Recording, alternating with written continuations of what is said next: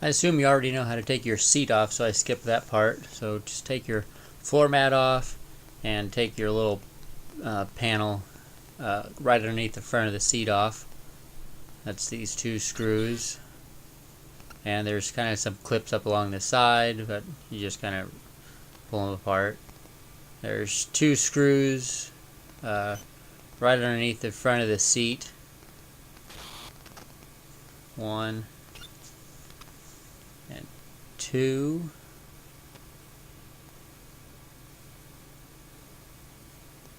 And take this little rack off if you have it. It's just 3 Allen wrenches, bolts. There's a small little cover on the back. It's just 2 bolts and it's just a little cover there.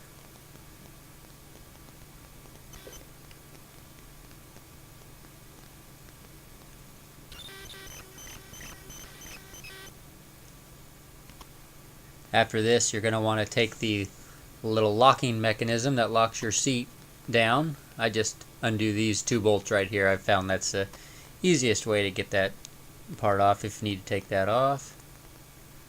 There's 4 screws right along the side of the bike. This is like the lower, kind of lower side panel.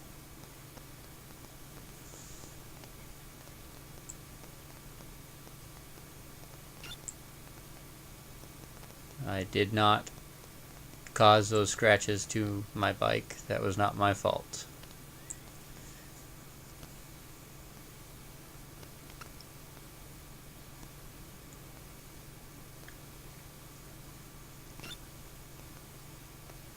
And it just kind of pops off. There's little clips, but it kind of pops off.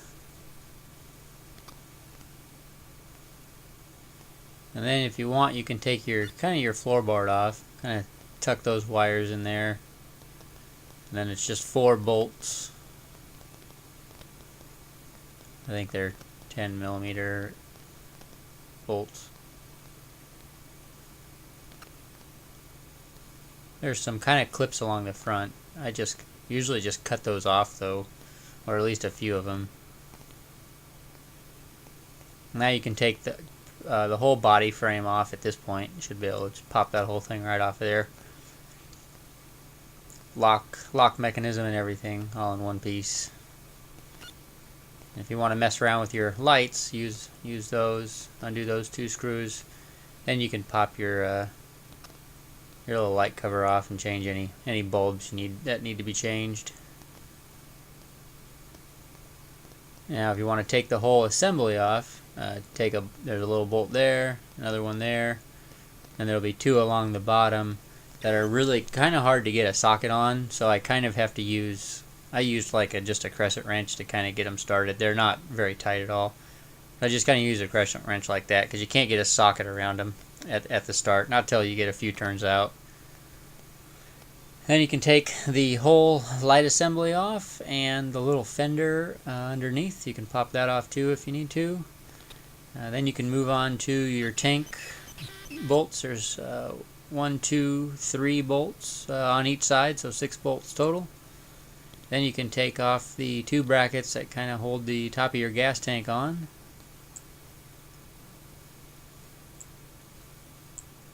And at this point, you can pop your gas tank off. Just disconnect the fuel line, drain any gas out of your gas tank into a gasoline approved container, and do whatever you need to do to your gas tank.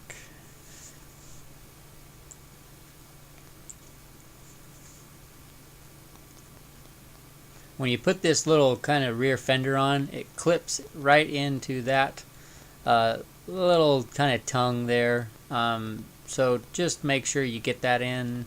If you don't, it'll probably kind of rub on your tires. It's easy to miss that, so I wanted to point that out.